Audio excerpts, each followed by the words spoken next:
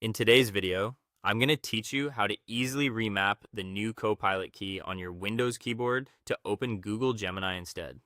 If you've recently started using a newer Windows keyboard, you may have noticed the dedicated Copilot key. While it's designed to launch Microsoft's AI assistant, Windows now gives you the option to customize that key and point it to another app.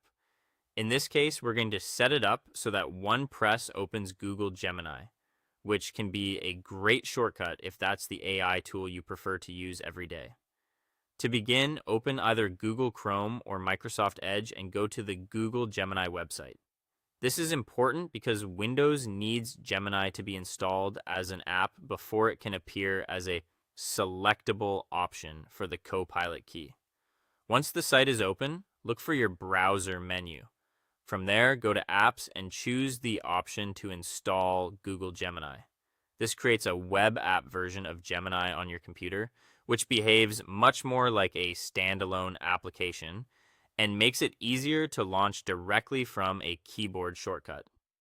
After Gemini has been installed, the next step is to open Windows settings.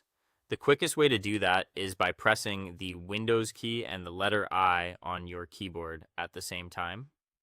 When the settings window appears, click Personalization on the left-hand side. Then, on the right side, select Text Input. Now scroll down until you find the setting called Customize Copilot Key on keyboard. This is the section that controls what happens when you press that dedicated key. Click the drop-down menu next to it and change the selection to Custom.